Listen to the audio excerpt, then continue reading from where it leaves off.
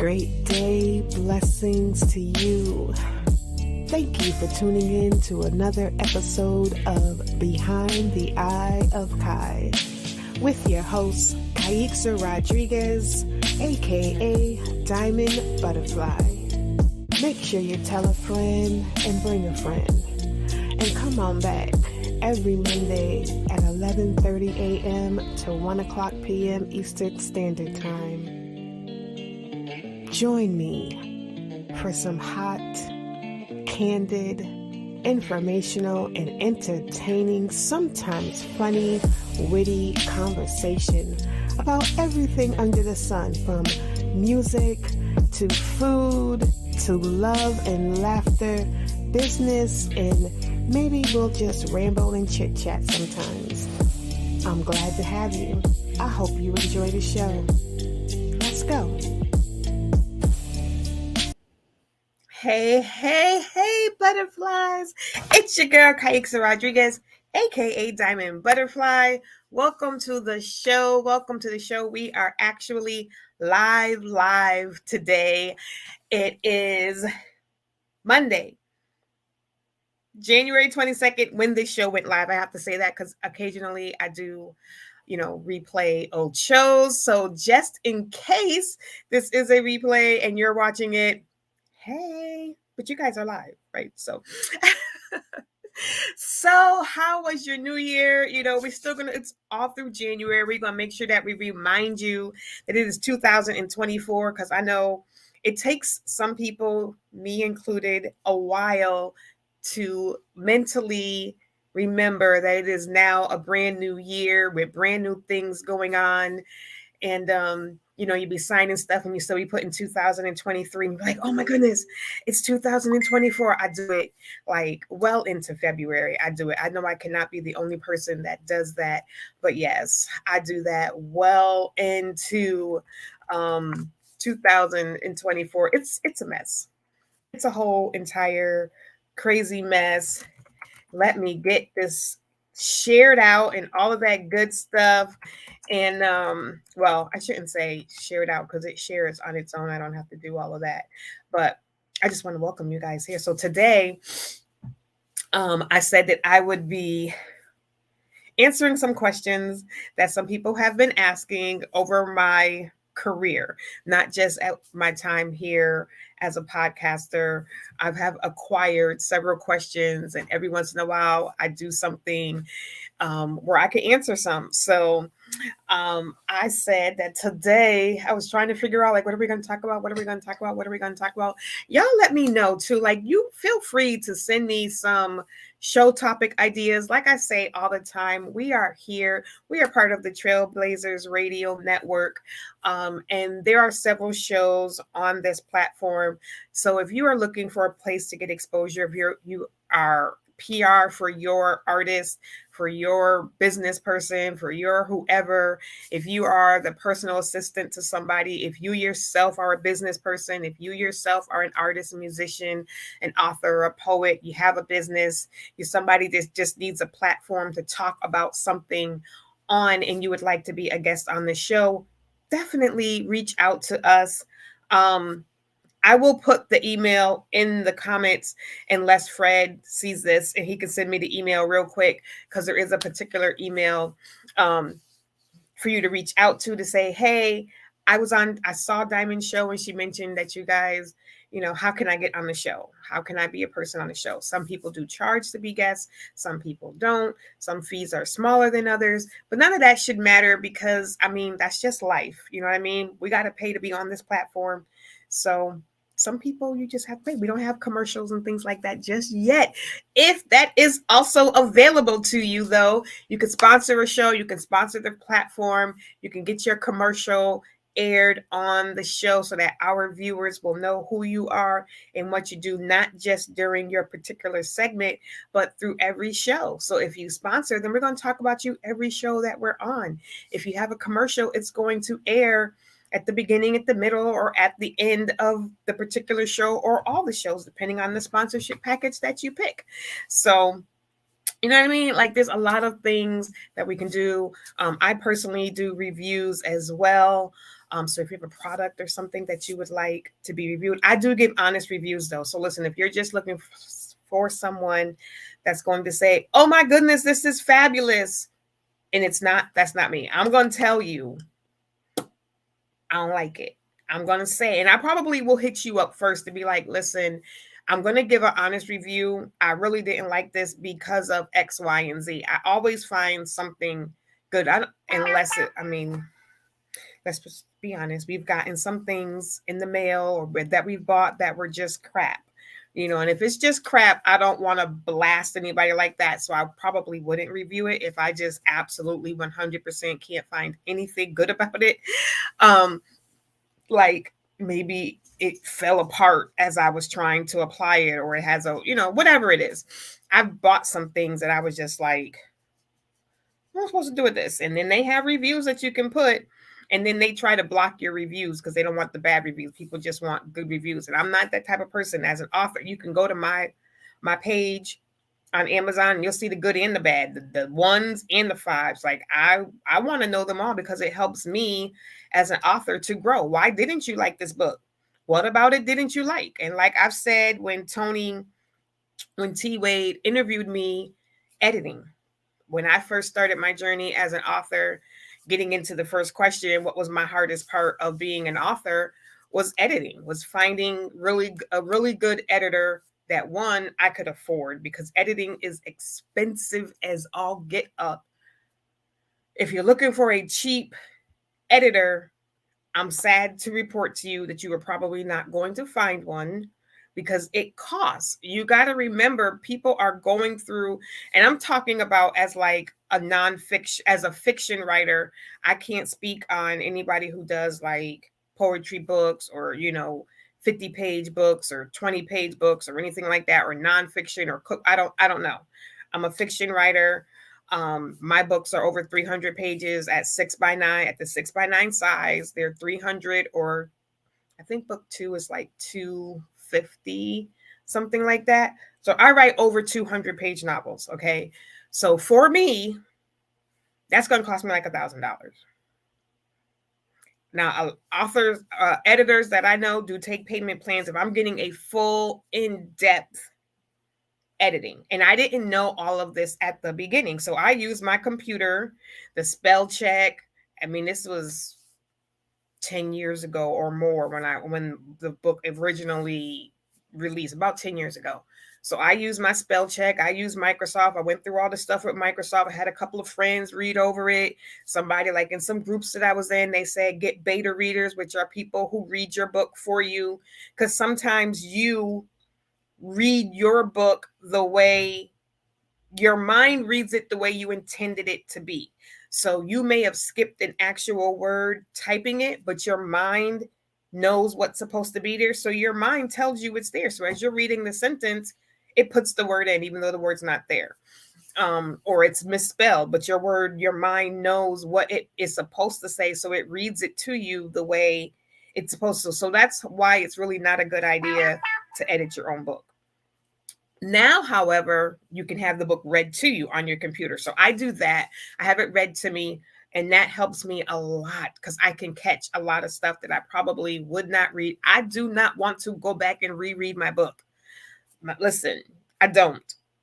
It took me forever to write it. I don't want to go back and reread it. Number one, because like my glasses and all of that, my eyes get tired very, very quickly.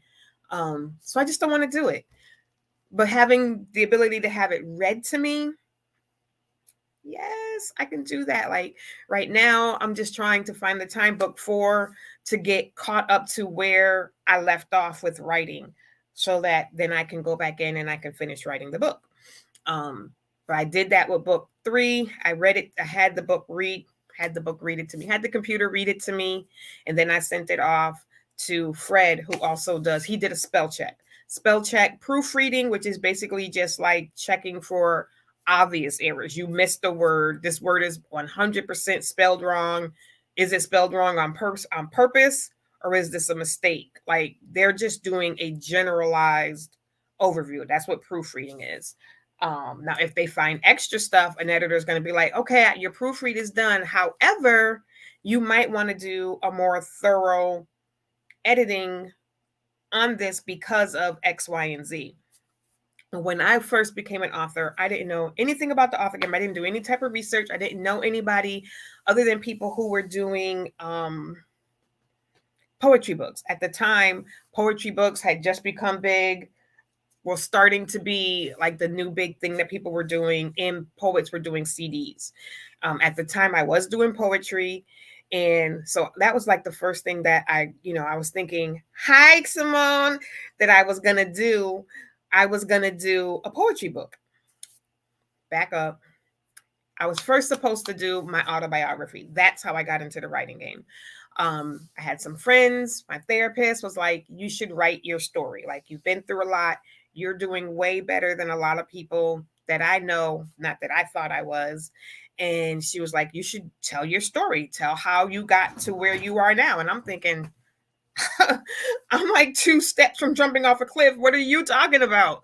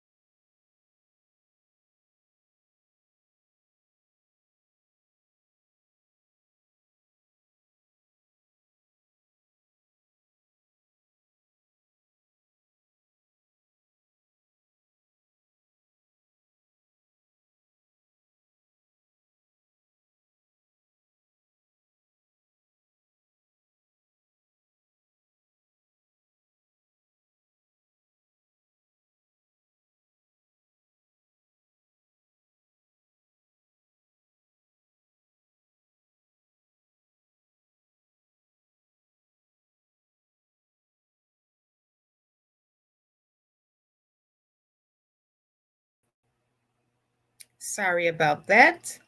It My internet just went out. I don't know what happened. Apologies.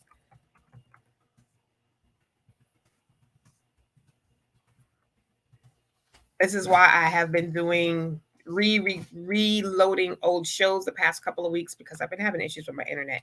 But everything seemed to be going good today. So I hope you're still here. I don't know what happened. Stop slacking, Simone. And I hope I'm saying your name right. Stop slacking. I mean, but writing an autobiography is not as easy as someone who hasn't tried it might think. Like, you have to know, number one, what you want to write about it. I tried to go back to like that old English, when you were in high school English, and do the, oh, what is it called? The table, where you like, what's chapter 1 going to be about? And you do the little bullet points. What's chapter 2 going to be about? And you do the bullet points. Or you just kind of briefly overview, all right, this is going to be my autobiography. These are the things that I want to tackle. Oh, yes. Thank you. Good, good, good. These are the things that I want to tackle.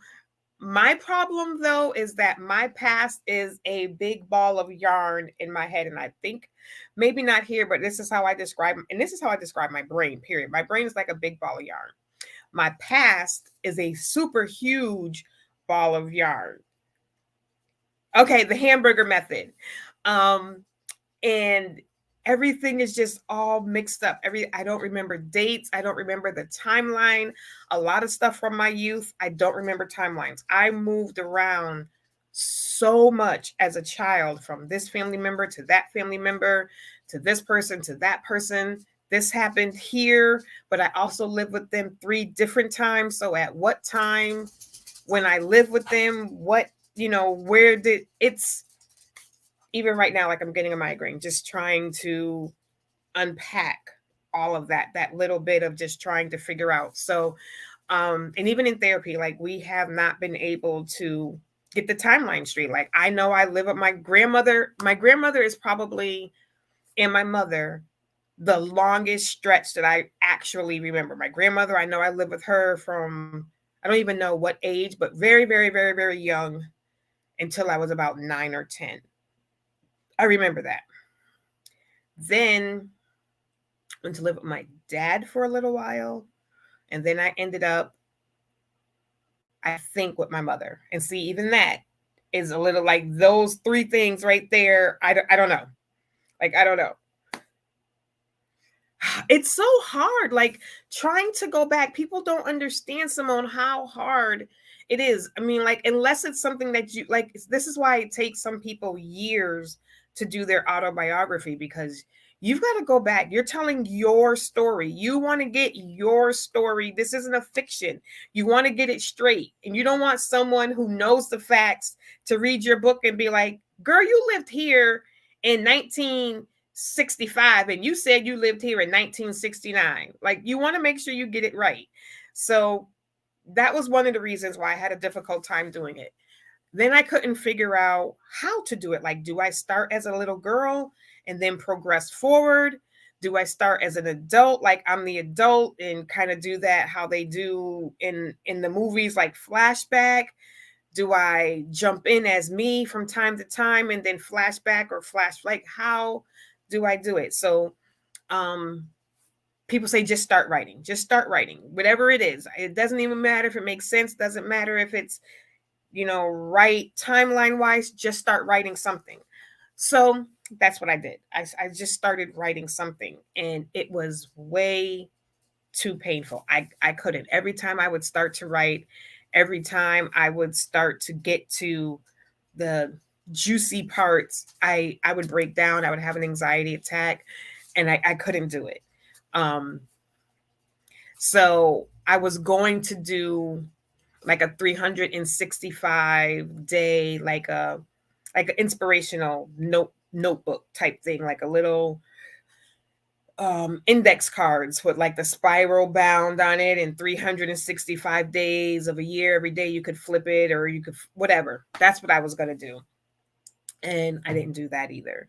So forward, years later, what I did was I wrote my life in a fictional way. I don't even know how this story came up. I don't know what happened. I guess just throughout me just putting something down on paper. That too, Simone.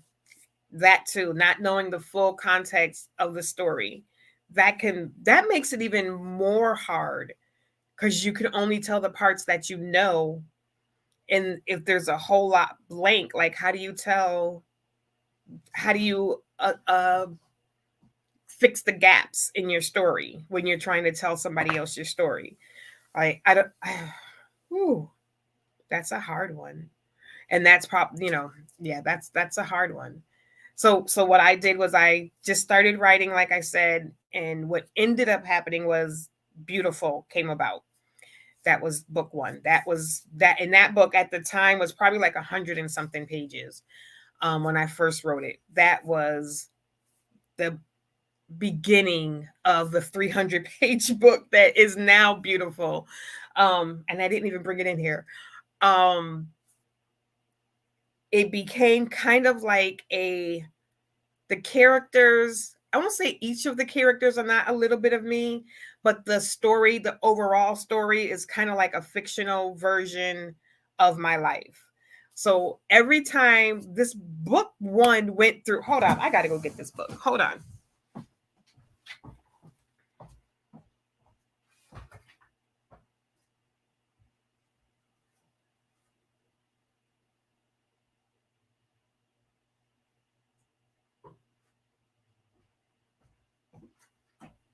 Okay, so we lost everything. We used to live in Virginia. When we moved back home, we lost everything. So I used to have every single version of my book. There's no way to get them now. They're gone.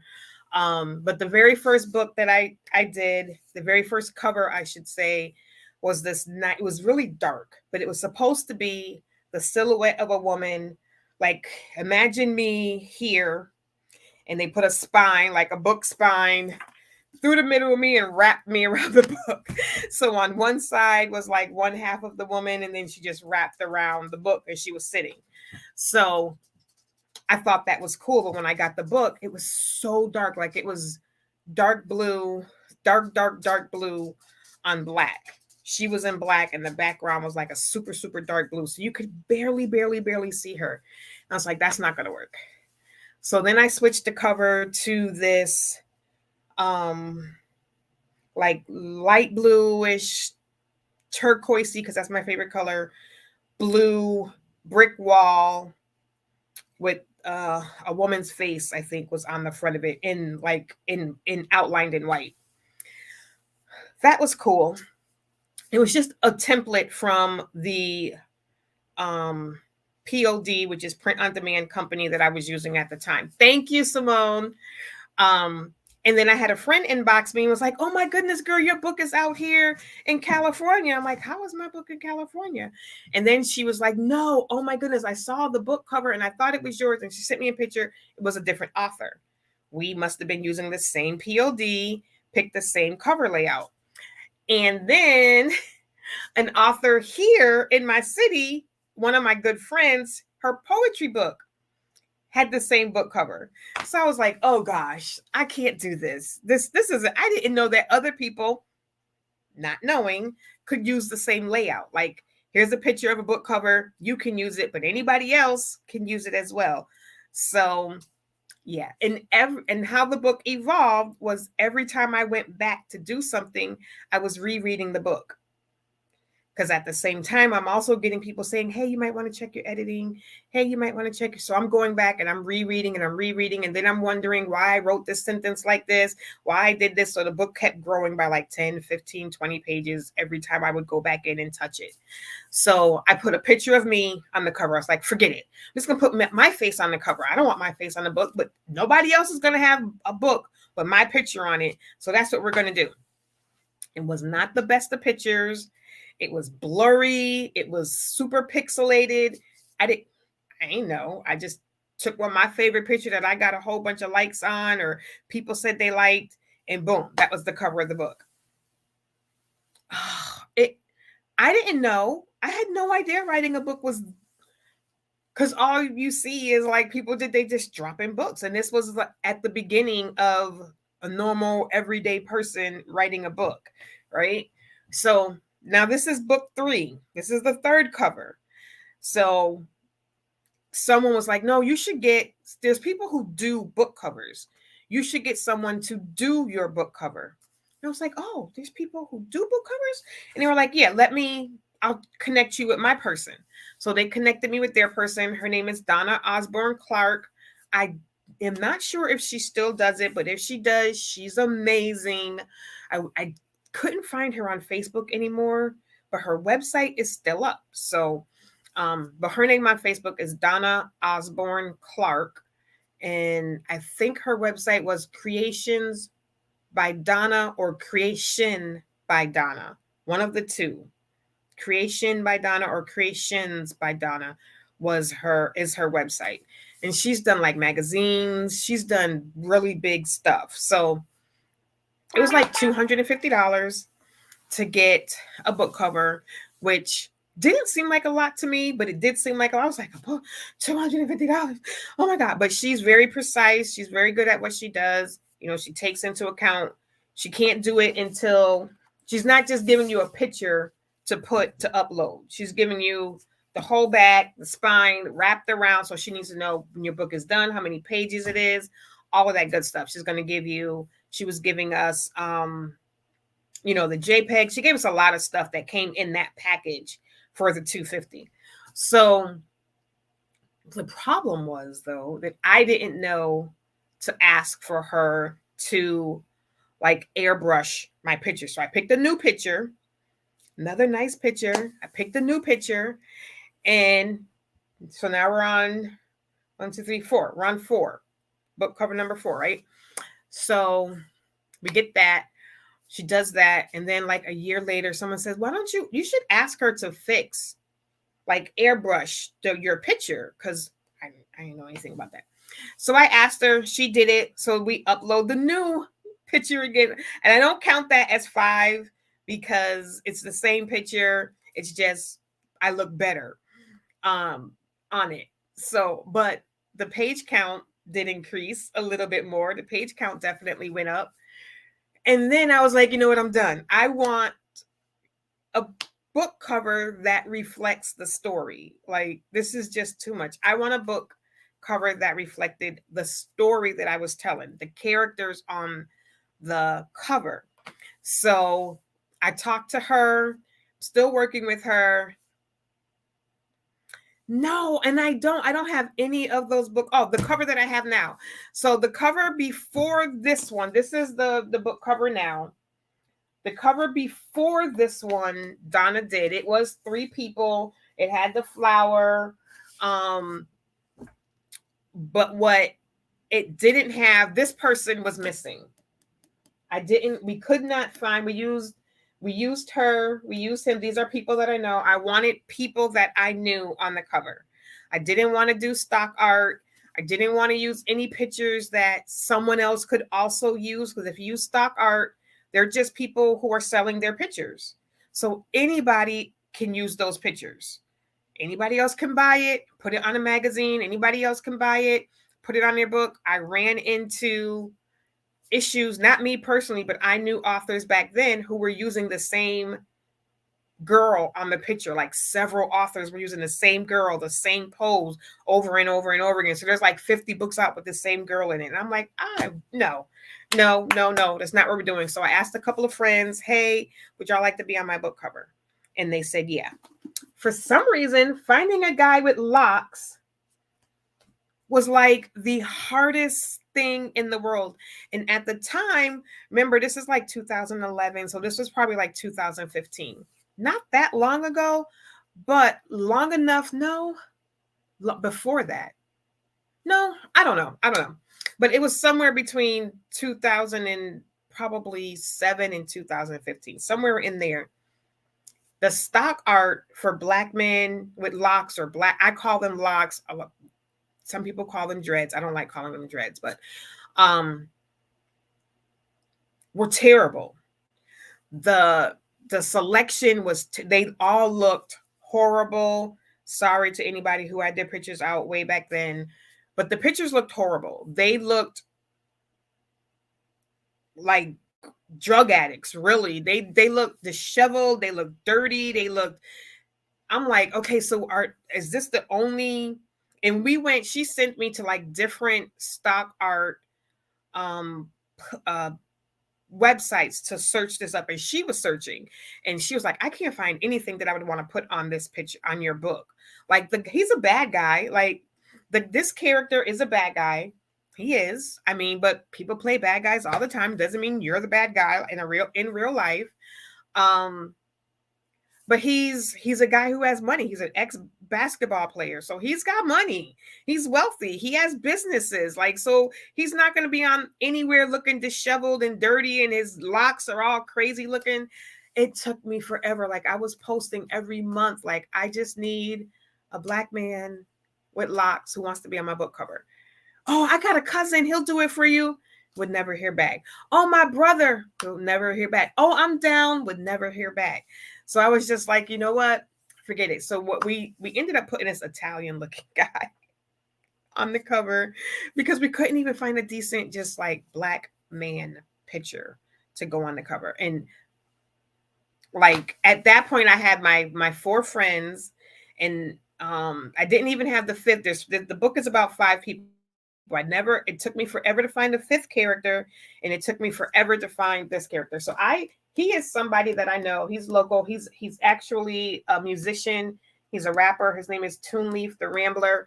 And I don't know why I didn't think about it, like, as soon as I saw him, to ask him, because this cover could have been done a few years ago, but I didn't. So, but eventually I did ask him, like, hey, would you like to be on my cover?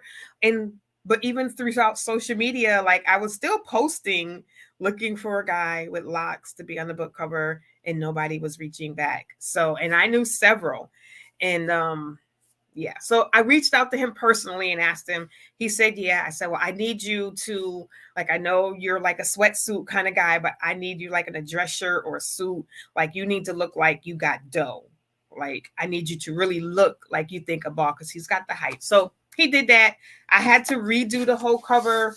Shout out to Canva. Listen, Canva, this is, if I had I don't even know if I still have the original book, but it looks pretty close to the original cover. And then I just used with Create Space, I just used Create Spaces. They have templates, but they're not templates. Like I can put my own picture in there. So it's not like somebody else. I can just decide which of their templates. So their templates are more like, where do you want? In this template, the title would be here. In this template, the title will be here. In this template, the title will look like this. So that's kind of what their templates look like. So I had to pick which one, or you could just upload a picture. So that's what I did. I did this. I put everything the way I wanted it. I uploaded the picture. And then I just put in my information for the back of the book and the spine of the book. Whew. So that was done, right? Long story short, editing is hard. To get back to that, editing, and I guess because I am adamant about not wanting to use stock art, finding actual people to be on the covers, because my vision for my series was to actually turn it into like videos, like do short videos of like each in the book, to like get people that I knew, people that act out the scenes. That was what I wanted. That was my vision. And 10 years later, we still haven't done that. I just, the end of last year, found the cover, not the cover, the, no, a few years ago, I found the character, the fifth person. But I put my books down for several years. I had some health concerns, put my books down for several years, and I didn't do anything with the books. So, I don't even know if he's still interested. I need to reach back out to him and make sure he's still interested. But so yeah, this book probably started, I want to say, yeah, this might be, I really think that book one originally was about like this. And this is book one now. Okay. So this is how much the book has grown. Almost double in size. Almost double in size. This is my niece's book, by the way. This is called Chingo and Jewel by Trayana Carter. This is my niece's book, by the way. Make sure y'all head over to Amazon and check her out. Her book is 265 pages. Is my book over 300 pages? Wait a minute. Hold up. Hey, where's the page numbers? I don't know. There's no page numbers. This is not the final. This is the proof, but there's no page numbers in there. But I know it's over 300 pages. Thank you. So then we get to book two. So we had all of those issues with book one, right? Editing, getting the cover done. Before I get to that final cover, I drop book two. So this is an actual couple. They're a married couple. So they agreed to be on the cover. This is my half sister. Well, not my half sister. She's my sister's sister, the sister of my sister. That makes sense, right? So she's not my blood sister, but I asked her to be on the cover. So it is not an adult book. People see seduction and they're like, oh my God, I don't know if I can read that book, girl. I'm like, it's not that type of book. Just seduction doesn't always mean something sexual. You could be seduced by your dreams, your goals. It just means something that pulls you in away from whatever else it is supposed to be. I mean, you could be seduced by a piece of cake, girl. You know what I mean? Like seduction doesn't always mean sexual. So this is not an erotic book. Okay. This is not an erotic book, but, oh, and I got to fix the back. Look at. It's tiny. I can't even read that. But this was book two.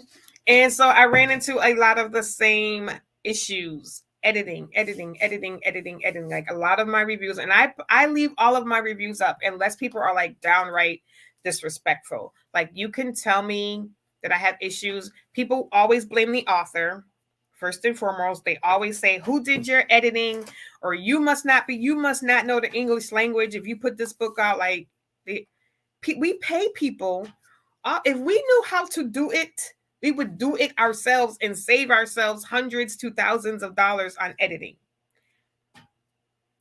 You go to a hairdresser, you go to get your car done. If your car falls apart, people don't blame you. You know what I mean? Well, I guess they do blame you because you didn't take care of it. But listen, I paid money to get the editing done, and then there were still issues. This book had like the most horrendous thing left in the book. Like, so one person said how you put the author's name in the book for the character's name. So I'm like, what? I don't know how I was able to get in touch with this person that left the review that said that, but I was like, what are you talking about? And they told me, yeah, in your book, it was supposed to say Tierra. That's the character's name. And instead it said Caixa. And I'm like, but I had this book edited. Like, how did they not catch that? Like, what? And I reread it. Going back to, as the author, my mind reads what it knows I'm supposed to have written. So I always read back through after you get your edit. They're going to send it back to you so you can see their suggested edits and their remarks, and you say yay, nay, and then you send it back to them, and then they send it back to you with all of the corrections. You get the final product. So I'm like, I went through it. I didn't see that. Lo and behold, I opened the book. I'm going through like the chapter that she said it's in, and it clear as day, right there. It's like Caixa went blah blah blah, and I'm like, Caixa ain't went nowhere. I'm just like, oh, I cannot like people aren't going to get, I'm in my head, I'm thinking people are not going to give me another chance. People who read book 1 and book 2 are going to be like, this girl is gotten worse, not better. So I ended up like, I had a publisher reach out to me, which just blew my mind. I was like, oh, a publisher reached out to me? Like, oh my goodness, yay. So me and Tony, we both joined. Fred joined, my niece joined. I had a friend here who I knew was writing a book. I introduced them. So a few people that I knew that were trying to write books or were writing books, I introduced them to this publisher. We all signed with this publisher. My books are already done. They're already out. So they just republished them under their name. They do another edit on the book, make whatever changes they think need to be changed, leave the covers as is, and then republish them.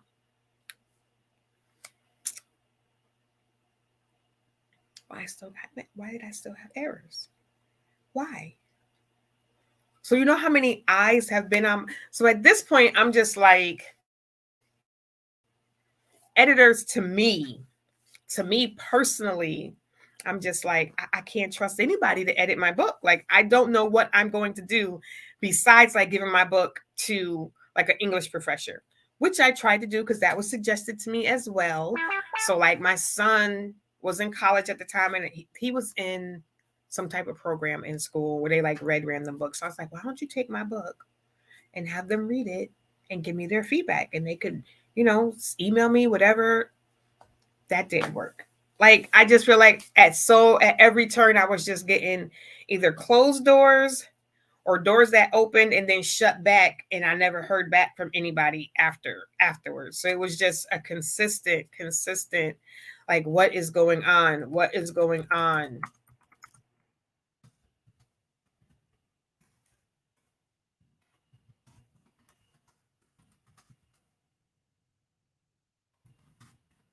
Sorry guys. Okay. I never did post what the question. I didn't post the question, but that is the answer to the question. So the answer to the question was, what has been my biggest issue as an author? Another one, as we've talked about, how did book 1 and book 2 come about? They started off supposed to be in autobiographies, turned into a series. Book 3 right now is just waiting for me to get the picture with the characters because um I have all three characters now. This was another one where there was that one character. This book three has been done for years, and I've just been trying to get that one character. And I didn't want to go through the same process that I went through with book one all over again. I didn't want to go through changing the cover, changing the cover, changing the cover, change. Like I wasn't going to put the book out until I got the person. And I didn't want to use stock art. And I never even looked for stock art for this particular character. And it's not a hard, like I just needed race unimportant, age really important only up until you had to look like you were in college, like an older college student, like maybe like not 18, 19, maybe 22 tops. You had to look like you were like 20 to 22 tops. And like you could be in college, you know what I mean? So throw a sweater on and grab some books and sit down and take a picture. You know what I mean? Like that was it. One guy was going to be the good guy in the story. The other guy was going to be the bad guy in the story. One guy had to look like he was an artist, like a hip hop artist, and the other guy had to look like he was the good guy. And that was it, or the bad guy. That was it. And then the girl was a college student, young college student. That was it. That was all I needed. And it took me forever. It took me forever. Like last year, I got those two people. I mean, I did have one person. I did have the picture for the college student, but then that fell apart. So I mean, for the young lady, I had her, and then it just fell apart. So I'm like, okay, so now we got to find some more people. So that's what we did, and I finally found the last person. Now it's the new year. I said we were going to wait, get through the holidays and all of that. Now we just got to mesh everybody's schedules so that we can get pictures. Or I mean, I would love to get pictures with them together because I think that just helps with promoting the book. If I can get, different pictures with them, engaging with each other, to kind of tell the story through pictures. And then if we get some single ones and we can just throw them together on a cover and, position them and all that good stuff, that works as well. So that's book three. Book four, I may end up having to do stock art only because as hard as it's been to find regular people, I need babies. Like I need 2-year-old. Yeah, they're roughly 2-year-old babies. And that at the time I had babies, but I didn't get the pictures that I needed. Otherwise, I could still use them because I think her children were like a year apart, but they looked good enough age wise, close enough in age wise that they could have been because it was a boy and a girl. They're a set of twins, but it's a boy and a girl. So one could always be bigger, look younger since they're not identical. But I didn't take the pictures. I am a procrastinator, Simone, like you. I'm a procrastinator. I put things off because my plate is always so overwhelmed, which again is another question is how do you get everything done with all the different things that you do? Something every day does not get done. Something every day does not get done because I just have so much to do. How do you get things done? Right, so that was one of the questions. So I'm an author. I am a vocalist. I'm a poet. I'm a makeup artist. I am a I also do some baking, cooking. Sometimes I sell like plates and things like that. So baker, cooker. I'm a influencer for a couple of makeup brands, PR manager for one of those brands. I do Mary Kay. I was doing Tupperware as well. I want to get back into Tupperware. I really do. I just kind of with so much on my I just had my grandbaby for a week, practically a week, because they're coming home today, and I got her last Tuesday or Wednesday, I think. Last Wednesday. I had her since last Wednesday. So last night she went with her uncle, my son. They live on the first floor. My other son, he kept her last night because I had to get up this morning to go to the dentist. So I've had her for like 5 days. Listen, To you grandparents out who can handle taking care of your little babies, I give it to y'all. Cause listen, your girl is beat. Your girl is beat. Okay. And she was good. Like my son and his partner, they'd be like, she'd be up all night and I could hear her, she'll be crying and stuff. And I'd be like, she wasn't doing any of that with me. Like she was pretty good. She just, they don't sleep all. She's only 2 months, so they don't sleep all night yet. So she want to get up at 2 o'clock in the morning, and she don't always want to just take a bottle and go back to sleep. Now she want to play. She up. She want to sit up, and she want to be like, Kiki, what we doing? Kiki going to sleep. Like, Ivy need to go back to sleep. What you mean, what we doing? I didn't turn the light on. Like if she woke up, don't turn the light on. Change the diaper. Give her a bottle. And don't interact with her too much, because then you stimulate her again, and now she's up. So I was like, I'm not talking to you. I'm gonna change your diaper here in the dark. One time I changed the diaper, and when I put her clothes back on, I could feel the diaper wasn't on her butt. I'm like, what did I do?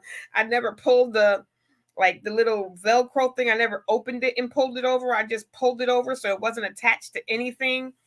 Like, listen, yeah. The first night, it was terrible.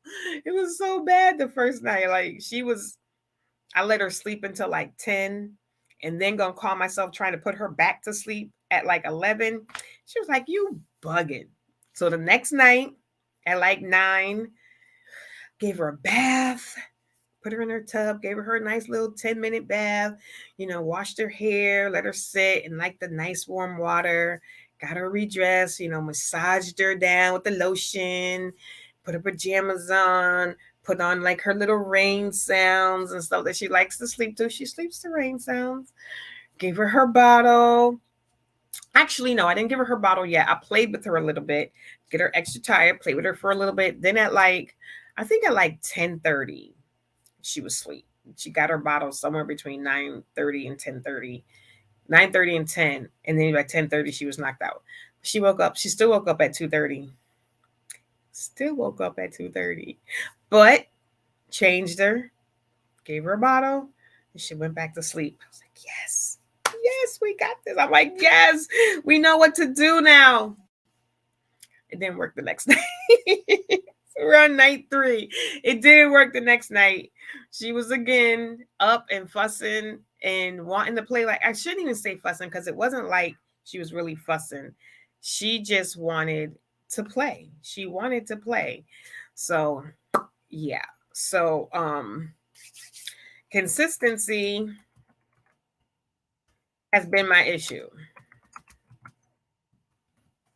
Consistency is my kryptonite. Um me having so much on my plate, me having so much to do, me never wanting to say no. That's that's one of my personal biggest issues, is I want to always be a help. It's kind of like I want to be needed. I need to feel like I'm doing something. So sometimes to my own detriment, because then I get overwhelmed. I can't take care of myself because I'm busy taking care of everybody else. Then I get mad when those same people either don't want to understand when I can't do what I said I would do, or when I need something, they don't, they're not trying to help me back. And I'm like, do you know that I wanted to go to the hospital, but I didn't go because you needed me? You know what I mean? And they do get that serious. Like, so I don't take care of myself as well as I should, because I'm always taking care of somebody else or something else for somebody else. And when your therapist says, so what do you do for yourself? And I'm like, well, I do my lives, not this one, like my makeup lives. And she's like, well, isn't that for the company? Like, isn't that your obligation? So that's not really for you. Like, what do you do for you? So I'm asking you guys too. What do you do that's like 100% for you? Like, do you take a bubble bath? Do you, just a hot long shower to decompress? Do you, go for a walk? Do you, play games on your phone? Do you watch your favorite show? Cook your favorite meal? Like, what do you do that's for nobody else, just for you?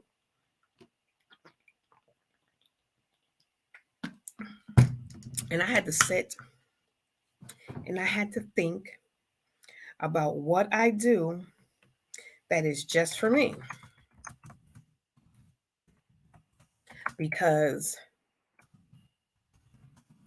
I don't do a lot that is not tied to somebody else, that's not tied to some other obligation. Like even working on my music at the time wasn't even just for me because it was part of my obligation to the label I was on. Um, Writing the music is for me. Listening to music and writing, that is for me. Music, listening to music is for me. Even though I love helping my husband record his music and stuff, that's not for me. That's for him, right? Cooking is my love language. I love to cook. I love to see people's enjoyment of the food when I cook it. That is something I feel like is for me, but at the same time, I feel like it's an obligation. Wife, mother, you cook. That's what we do. Not all women cook. I'm not trying to put that out into the universe that it's a woman's job to cook. I feel like it's the woman's job to cook because I love to cook. Because I love to cook. And because sometimes when we speak and we say what we like to do, people expect you to do it, right? People expect you to do it. No one in my house expects me to cook. My mother often offers to cook. If I don't cook, my husband doesn't come home like, "Where's dinner? What am I supposed to eat?" He's not like that. If he sees that I didn't cook, he'll just go make him something to eat. It's no big deal. Um, but for me, that I feel like is as sometimes obligated as I feel to do it, I feel bad if I don't do it. Like because I love to cook. Like if I could cook for people all day every day, I probably would be happy. No, I wouldn't because there's other things also. I'm a creative person, so I this is probably why I need to keep my hands need to be right. I do have ADHD too. Like my mind is always going, which is why I don't sleep. Another reason why I can't get things done because I'm not sleeping. Another reason why with the grandbaby, I'm just like, please go to sleep because my body finally wants to go to sleep and you want to be up talking. Like she legit wanted to be up talking. Like she wasn't crying. She just wanted attention. Like she was just like, talk to me, Kiki. What's going on? How was your day? She's only 2 months. Like, I don't know what she was saying, but she literally just wanted to talk. And I'm like, girl, I'm not stimulating you. I'm not having this conversation with you. You need to take this bubble and go back to sleep. um, yeah. So, like, listen, if there's anything that you would like me to answer, if there was anything that you would like to know, let me know. So, you know, this is not my first podcast. That was another question. You know, is this my, let me see, is this not my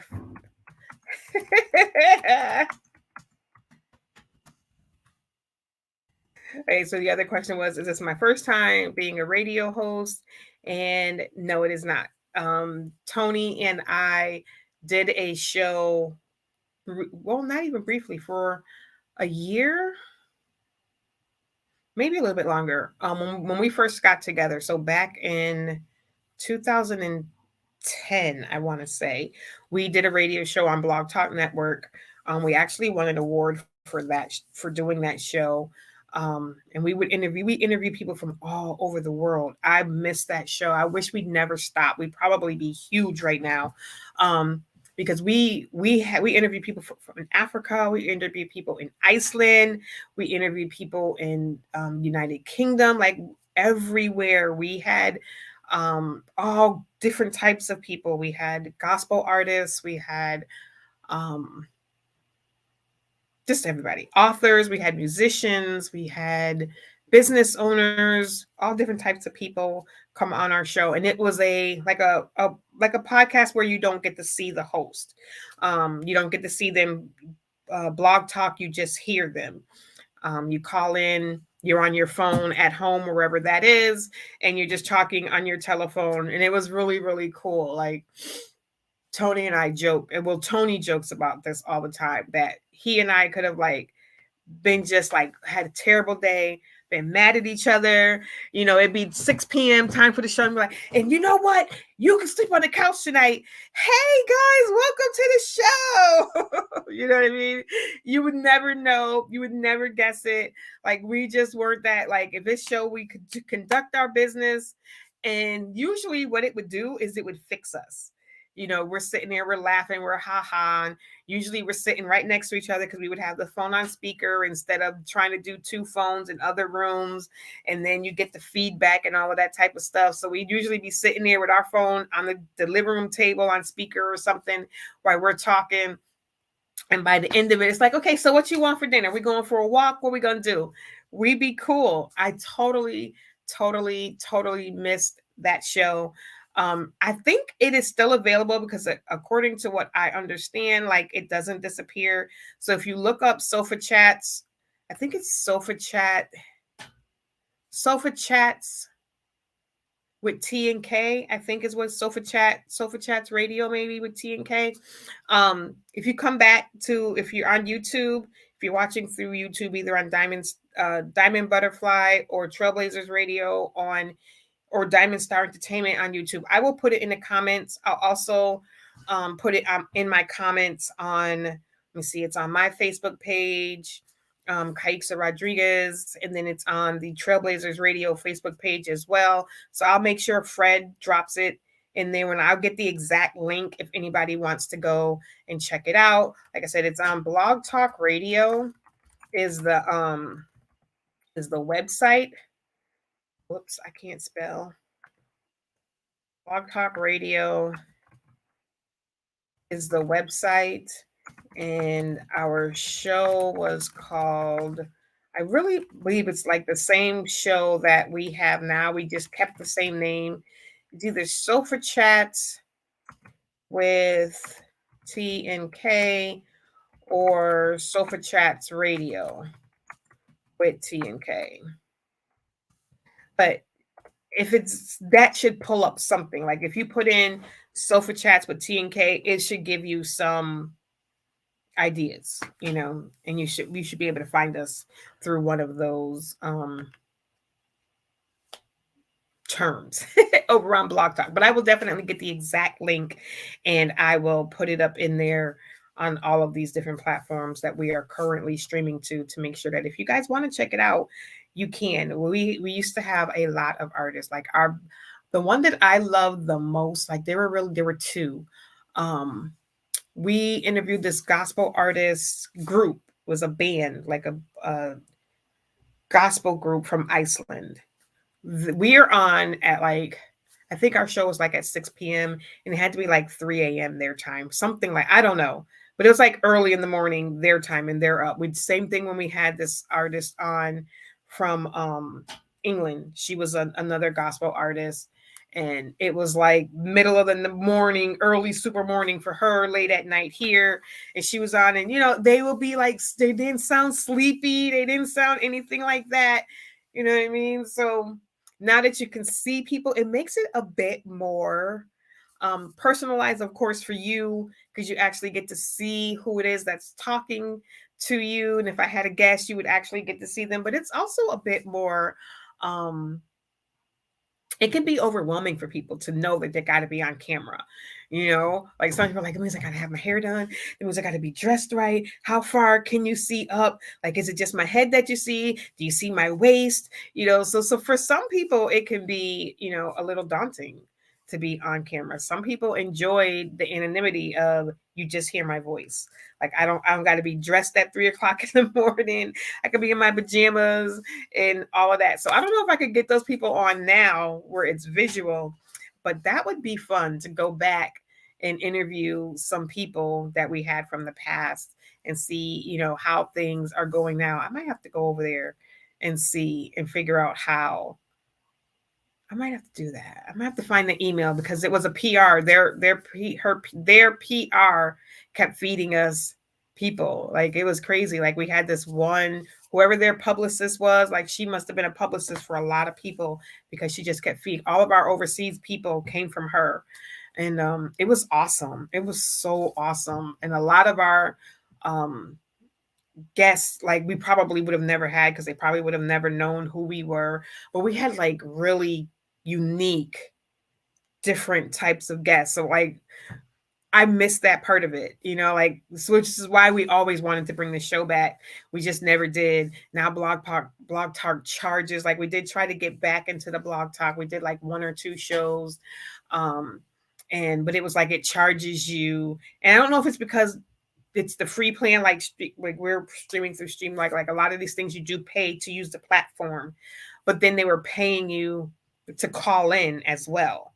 So I don't know if it's because when we went back we were on the free plan.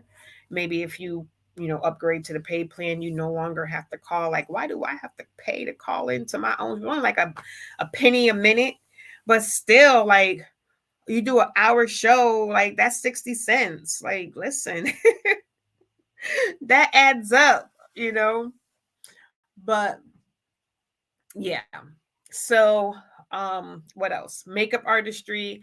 I've got the question of how long have I been doing makeup? I have been doing I've been doing makeup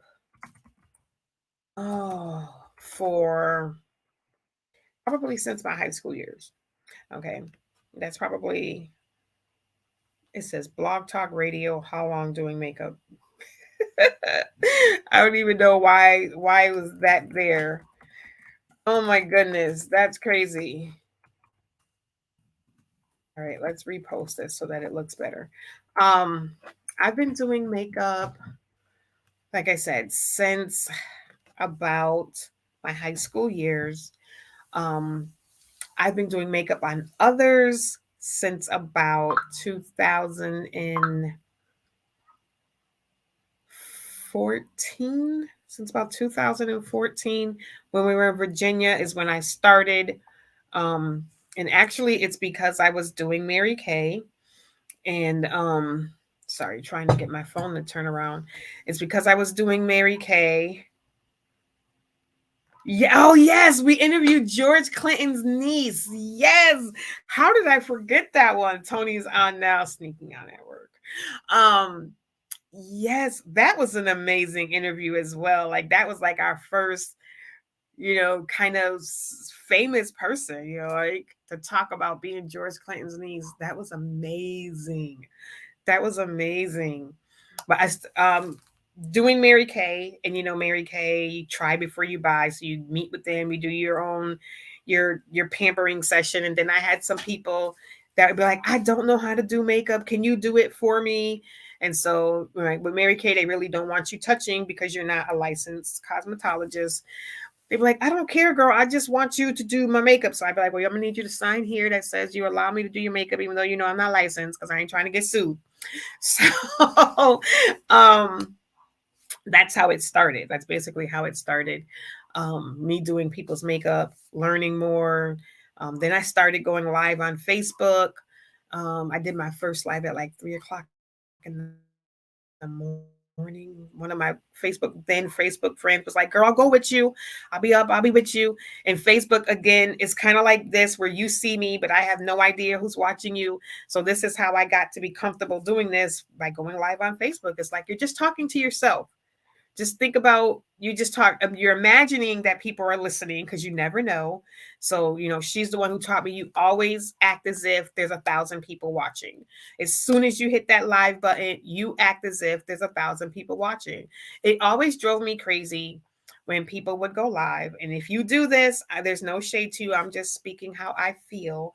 When people would be like, okay, we're just waiting for people to come in the room, I'm just gonna wait, I need to get 50 people in here before I say anything. So I'm like, there's replays. People can rewatch this. So when people are rewatching your live, they're sitting there seeing you doing nothing for the first 5 minutes. They're just watching you talk about how you need 5 more people, 10 more people to get in here before you start doing either your makeup, or you start talking about whatever it is that you want to talk about, but you're not going to say nothing until you get 50 people in here. And it's like, so for even the people that are there live with you, it's like, we're trying to support you. Like, what about us? So we don't matter that we're here. You need to get the 50 people before the people that are here can be acknowledged and feel supported. So I've always been one. When she told me that, from the moment I hit live, I'm acting like there's 1,000 people in the room. I'm going to be upbeat. I'm going to be happy. Unfortunately, as time has gone on, I've had a heart attack, some other medical issues. So my brain and my mouth don't always work. So if you watch me a few times, you know that I get tongue tied. I get hung up on my words. I don't remember what I'm saying or what topic I was on. I think that just adds to the fun. This adds to the fun of the live. You know, it's 100% authentic. This isn't some, AI or anything like that. This is all me keeping it real. But I've always been that person. You're never going to hear me um speak to you like you don't matter. Like there's not enough of you here for me to do what I need. Like I came live. I came on here to go live, but there's not enough of you in the room for me to do what I came here for. Y'all aren't important enough for me to do it. I need more of you. From it's not worth my time. Like I'll never act like that. Even if I'm live on like say TikTok or Facebook and I'm like, hey, please share it out. I'm still gonna keep going. Like if nobody shares and nobody else pops in, there's been times that I've done lives and there's been that little button that says the amount, like right now, it tells me how many people are watching, how many people have hearted. I can see the comments. Like there's been times that I've been live on Facebook. If you've ever been live on Facebook or live on TikTok or live on Instagram or anywhere that you can go live on YouTube, and there's nobody. There's nobody watching.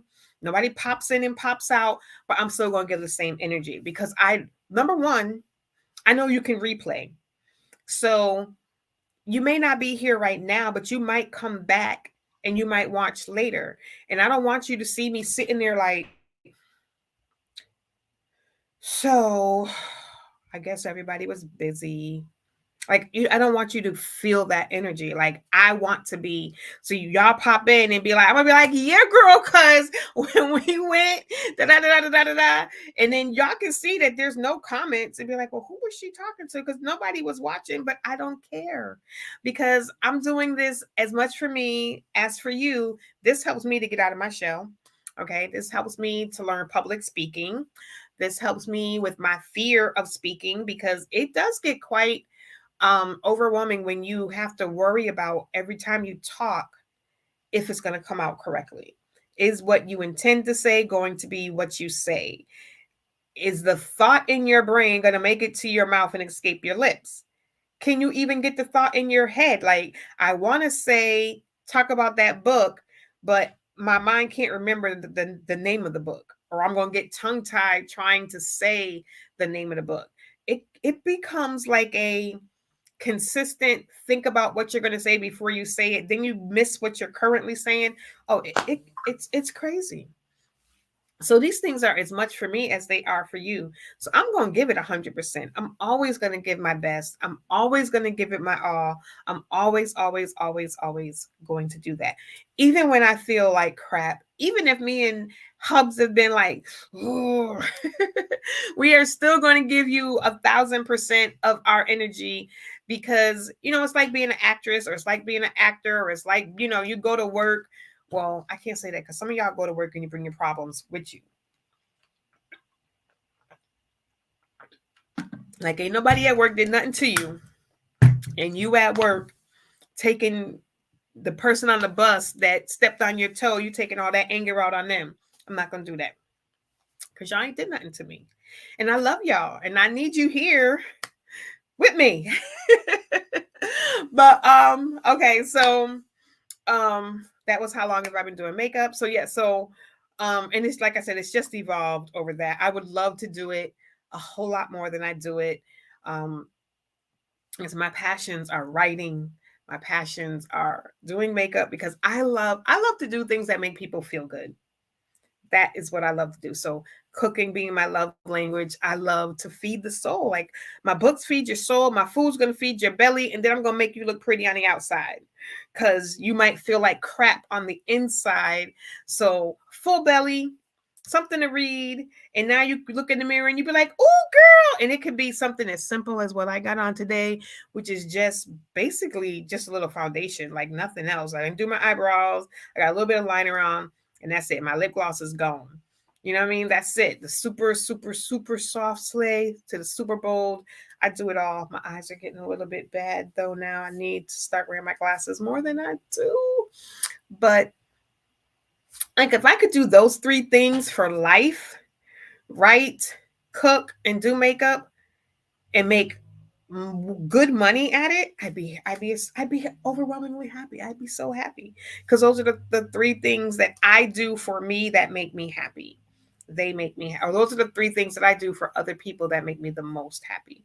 Other than now taking care of my granddaughter. But like I said, listen, whew, and she's only gonna get more energy. So I'm trying to get myself into shape, trying to lose some weight, trying to eat healthier, trying to be more positive. Like I said, this is my year to like throw all of the fear and the doubt and the self disbelief, all of that stuff out the door, putting it out the car, throwing it out the window, locking the car and driving off and just letting it sit wherever it's at. Like you stay there. I'm not coming back for you.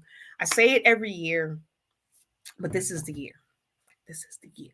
Like I just made a post the other day. Like, stop putting lip service to your goals. Stop putting lip service to your dreams. Stop putting lip service to the things that you say you want to do or you want to stop doing, or the things that you say, places you want to see, places. Stop putting lip service. So if you're not going to put in the work, stop talking about it.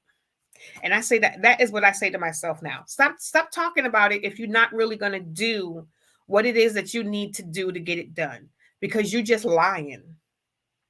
Why? Because everybody around you know you've been saying that for years, so they ain't trying to hear it. They're gonna be like, "Oh, you're gonna lose weight this year. You're gonna go on another diet this year. How many years has she been saying this? Oh yeah, yeah, girl, go ahead. Come on, stop." Because they know you're gonna go to the gym for a month and you're gonna stop, and that's because it's what you do every year. You know this because it's what you do every year. Now, does that sound harsh? But listen, I'm sorry. Somebody got to tell it to you like it's meant to be told. And I'm telling it to myself because I do it. I know consistency is hard for me. So I know this about myself. So be honest with yourself about why you have not fully gone after whatever it is that you want to do. Why are you not putting your all into it? If you're still talking about it, it's because it's something you're meant to do. You are meant to write that book. You are meant to start that business. You are meant to whatever it is. Nobody's saying you got to be a skinny stick to be healthy, but get healthy. Being 400 pounds is not healthy. Being 300 pounds is not healthy. Are you out there running every day? You can't be 5'2" and be 300 pounds and tell me that you're healthy. You can't. You can love yourself though. 100% you can love yourself. I love myself at 250. I didn't realize how big I was though until I lost weight. And then I went back and I looked at pictures and now I can see side by side, what the world? How y'all let me? And then I'm yelling at everybody around me like, how y'all let me get this big? And they should have said, we ain't let you do nothing, girl. You put them cheeseburgers in your mouth. Ain't nobody let me get big. I put them cheeseburgers and them chips and them milkshakes in my mouth. I ate the plate big enough for a lumberjack. That was me. I did that. It ain't nobody else's fault but me, right? I used to be so athletic. Could do the splits and cartwheels, and I walked half my city all the time. And I don't know. At some point, I not even because I did it with my kids. So I don't know what happened that I stopped doing it. I got less active. I used to just turn the music on and dance around my room when I was in high school for hours. Till my grandmother would come and knock on the door. Girl, if you don't turn that music down. That's how I stayed in shape. Like I would just I walked to school. Like if anybody knows where we live now in Springfield, I went to Putnam. I would walk some days. Like, why am I standing here in the cold waiting a half an hour for this bus when in a half an hour I could have already been to school? Or I'd walk up to State Street and catch the bus from up there because there's like 10 buses going to my school versus the one that I'm waiting for to come over closer to my house. Like, if I could walk it, or I would walk until I saw a bus coming. Like when I used to work, I lived out in this area again in Forest Park area, Springfield, but I worked at the Burger King up Cooley Street. And so walking up Sumner Ave, I had to drop my two little ones off at daycare, which was like halfway up Sumner Ave. The bus is at 5:30. So that means we leaving the house at 5 o'clock in the morning. I'm walking these kids up to this lady's house, dropping my kids off, then trying to get back to the corner before the bus came. I did a whole lot of walking and stuff. And then at some point, I just stopped. I didn't do as much as I was doing. And then the weight just slowly creeped on. I swore I would never be over 200 pounds. And then I was pushing. And then the depression sets in as the numbers keep rising, depression sets in. And it's like, oh my goodness, not only am I over 200, I'm 210. Oh my God, I'm 220. Oh my God, I'm 240. What the hell? I'm 250. Like, and then I got down to 170. And then COVID hit, and you couldn't go to the gym, and you couldn't do this, and you couldn't do that, and you couldn't. And depression set in again, and I returned to my old eating ways, and now I'm back over 200. And now my body hurts like way worse. And all of those things that I was starting to not feel, I wasn't feeling the aches, and my knees weren't hurting. Like I had both my knees replaced. Anybody who knows about that knows they had to be bad in order for them to do them for me, because I'm only 51 now, but I got them done like 3 years ago. I was in my 40s. They don't replace knees for people who are in their 40s. Okay. But I had to lose some weight first. I had to do some things first before they would do it, because they're only good for 20 years. So he's like, yeah, probably in your 60s, we'll have to touch them up and do them again. But the way they feel right now, like I'm still in pain. I got new knees and I'm still in pain. Matter of fact, I'm in worse pain than I was before I got my knees done. So I want to be around. When we were talking about the grandbaby, like I want to be around. I want to be around to maybe be a great grandmama. Like she's 20 years from now, I could still be alive. I'm only 51. I could still 80. I could be a great grandma. I could, like, come on. Come on. I could be a great grandma. Like, I just want to be around. So I got to stop giving lip service. I got to stop saying what I want to do. And like we talked about maybe 3 weeks ago, I got to create the plan. Like he was saying, the hamburger method. I don't know if it's the same thing, but create the plan. Get you a notebook. I got notebooks everywhere. Like I told y'all before, I love notebooks. One of my favorite colors. Okay. I see a notebook. This is a single subject notebook. So get you a notebook. Is this one that I've done it with? No, this was something else. I was doing something in. But this is something like we were doing. So like with Diamond Stars. So, every month we was having stuff. So every month I created a page for everything that was going on.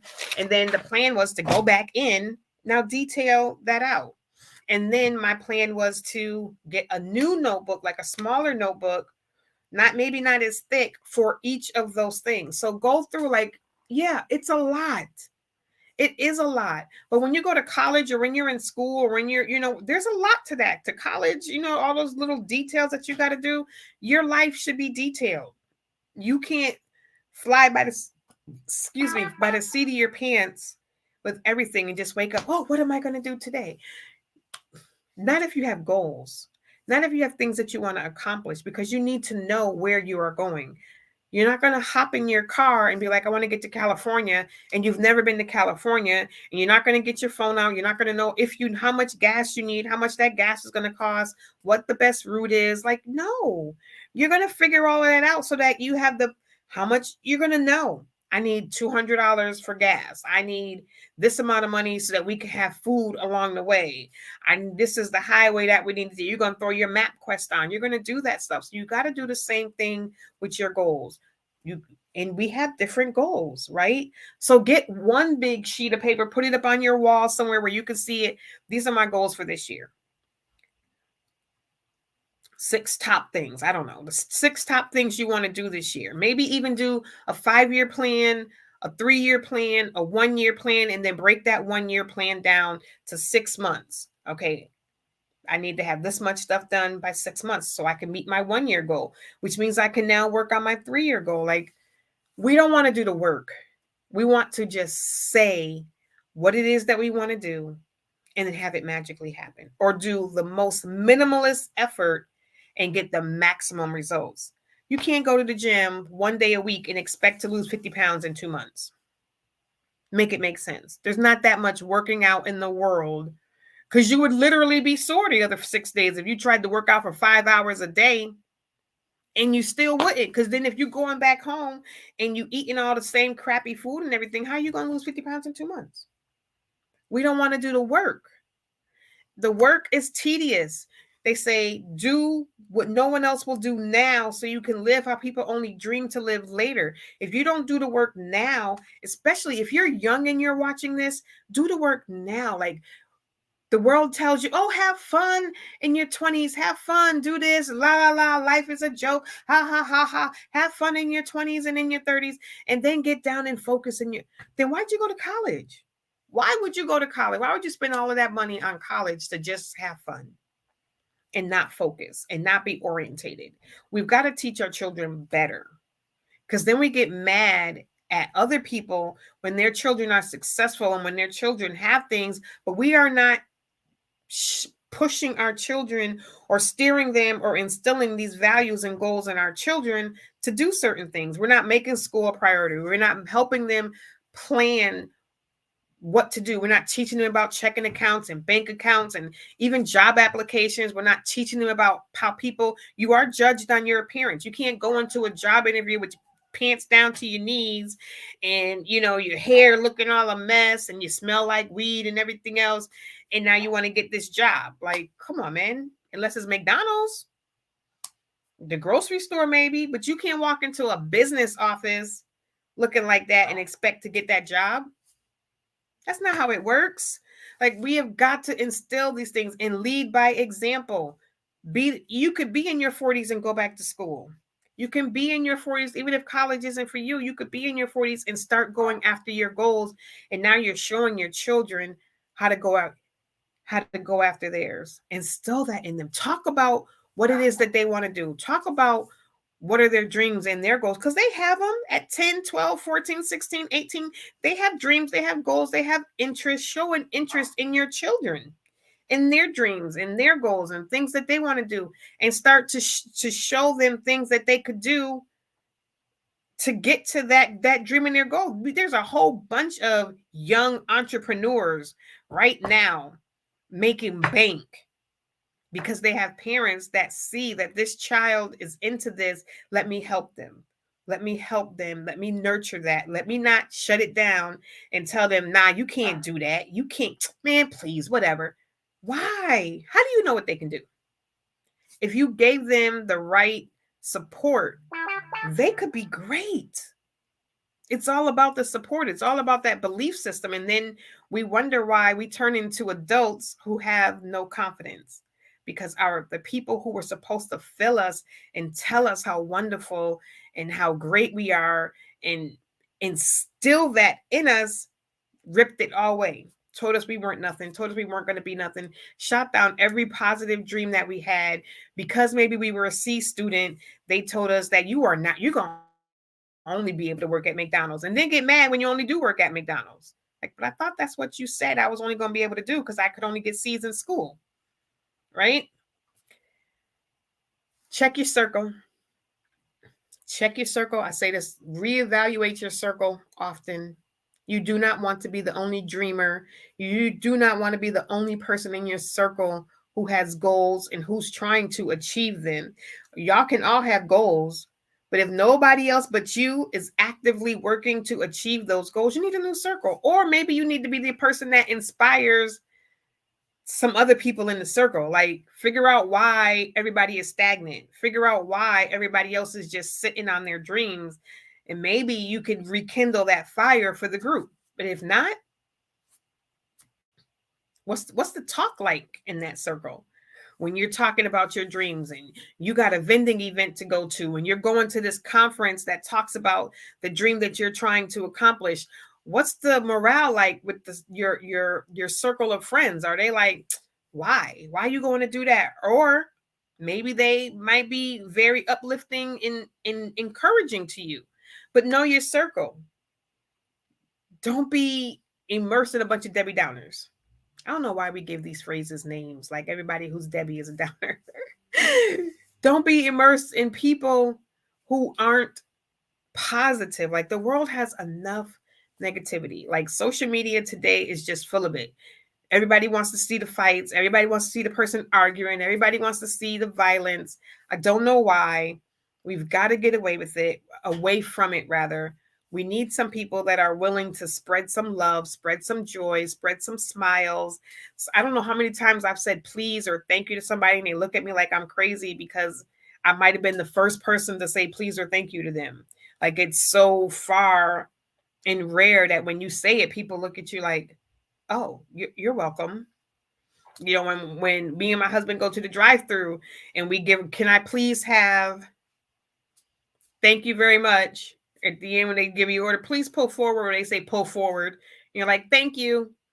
They're like, oh, you're welcome. Because they're not used to people interacting with them like that. So they stop doing it. If you do it, a lot of times they'll do it back. But somebody's got to be the person that enforces it, that says, nah, this is, I said please. So now you say thank you. You know what I mean? Like, somebody's got to be that person that just, my grandmother was that person. Like, I try so hard to embody my grandmother. My mother's mother was like positive all the time. Like, if you saw her raise her voice, you was waiting for the house to like fall down. She was just positive. She was always smiling. She was always happy. She was always laughing. Like, I don't know how she did it, because it wasn't like we were, she was wealthy and everything was great. You came into her house, you knew you don't take your coat off or you're going to get sick, because you don't turn that heat on until it's time to go to bed. That's not what we do. She had a big old huge Victorian house that stayed cold. Don't you turn that oven on unless you're cooking. It get cold, you turn the oven on while you're standing in the kitchen. Don't you do nothing. You leave your sweater on. There was days where we had to keep our gloves on because it was just that cold. Hi, Frank. How are you? But I mean, be somebody's peace. Be somebody's joy. You might be the only person in that person's life today that smiles at them, that says something kind to them. You don't know what they going home to.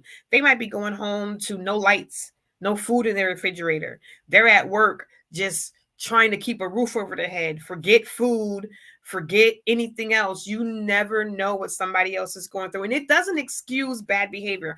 I'm not saying it excuses bad behavior. If somebody's being rude to you, I'm not saying, kill them with kindness and ignore them being an ass to you. I'm not saying that.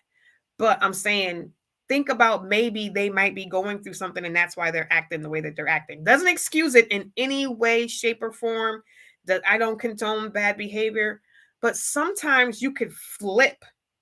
My husband likes to say, you got all the keys, babe. You can flip my bad demeanor with just a little bit of kindness. Sometimes you can flip somebody right out of their mood by not returning what they're giving to you, because you can't control them. You can only control you. And don't let their negativity flip you out of your peace. Basically, do the opposite. Try to flip them out of their bad energy with your kindness. Try to flip it the opposite way, So yeah, peace and blessings to you as well, sir. We're gonna cut it. I did start like a good hour late, so we ran over a little bit, but there's a show starting in 10 minutes, so I have got to hop off. But come back on Wednesday, 8 o'clock.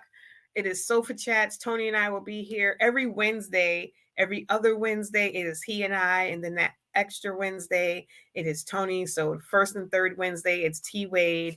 And then second and fourth Wednesday, it is Sofa Chats. And then we figure out what to do on the fifth Wednesday.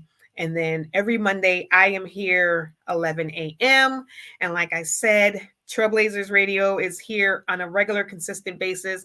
If you're watching from my page, Diamond Butterfly, or if you're watching from Trailblazers Radio, make sure you go and check out Trailblazers Radio.